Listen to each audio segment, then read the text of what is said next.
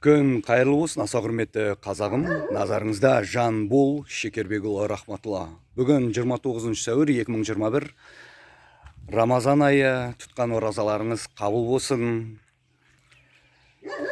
Қаладағы бұлтқа қарағанда, қоқысқана болып кеткеніне қарағанда, оразаны қаланың құрметсіз әкімі Махажанов пен маслихат депутаты хатшысы Балабиевте ұстаған сияқты. Мына қаланың қоқысханаға айналып кеткеніне қарағанда, үйлерінде терезелерін қымтап жауып тастап, қалың перделермен кондиционерді қосып қойып, жұмыстарын атқармай, ораза айы бітсін деп жатқан сияқты. Мына қоқысқа қарағанда ораза айы 2 апта болды, ал қоқыс 2 аптада мынанша жинала қояды деп ойламаймын. Маған көптен бері қаланың тұрғындары әр Логинов көшесі, Жұмабаев пен Балабүргемде қиылысатын Айбергенов дейді, Спатаев, Қарасай бәрі хабарласатын қоқысхана болып кетті. Жұмабаевты жинайды, Яссауит жинайды, ал солармен қиылысатын көшелерді, яғни осындай кішкентай мүйістерді, орысша айтқанда переулықтарды жинамай өтіп кетеді, тек қана үлкен көшелермен өтеді. Ал былай көзге көрінбейтін көшеден бұрылыстар арқылы кіретін жерлерге кірмей кетеді деп. Ораза басталғаннан бері жиналды деп айтпаймын мынаны.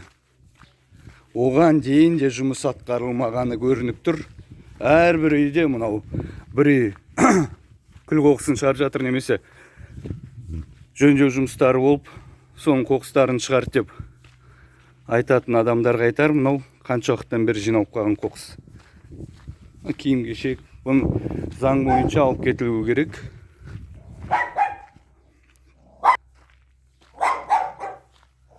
Махажанов, есіңде ме, осыдан 1 жыл бұрын мен саған бірінші видео жолдауымда айтқан болатынмын, жұмысың дұрыс атқармасаң, қалада көше сыпырушылар, тазалаушыларға қызметкерлер жетпей жатыр.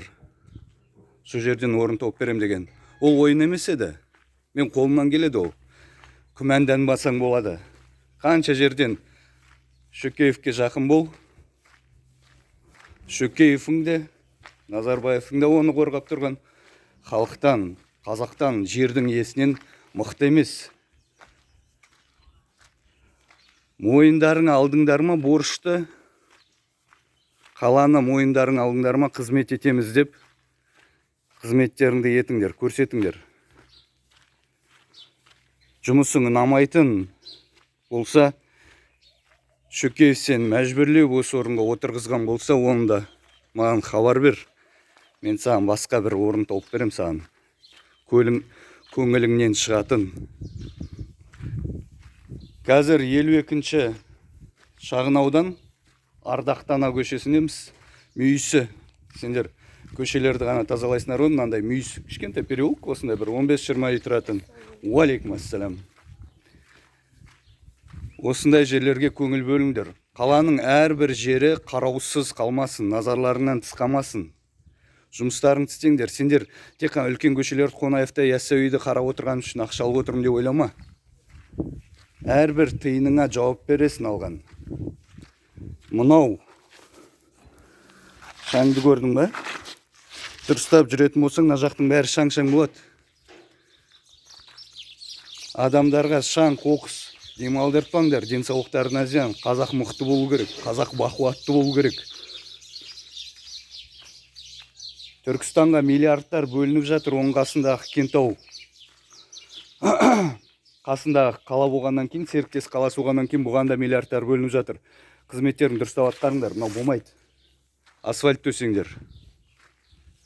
52-ші шағын аудан Ардақтана көшесі, тек қана бұл көше емес, бүкіл қала таза болатын болсын. Бүгін 29 сәуір, 30-1 толықтай тексеріп шығатын болам қайттан қаланы. Соған дейін істеріңді атқарыңдар дұрыстап. Жанбол Шекербекұлы рахматулла, байланыста болған. Хабарға тағы да шығамыз бұйыртса. Оразаларыңыз қабыл болсын. Ал Махажанов, Балабиев, сендерге айтам, ораза деп үйлеріңде тығылып жата бермеңдер, перделерін жауып алып. Жұмыстарыңды істеңдер, сауап жинаңдар. Мешіт салғандарыңнан не пайда? қалаға мынандай сыйларыңнан кейін ойланба Алабиев.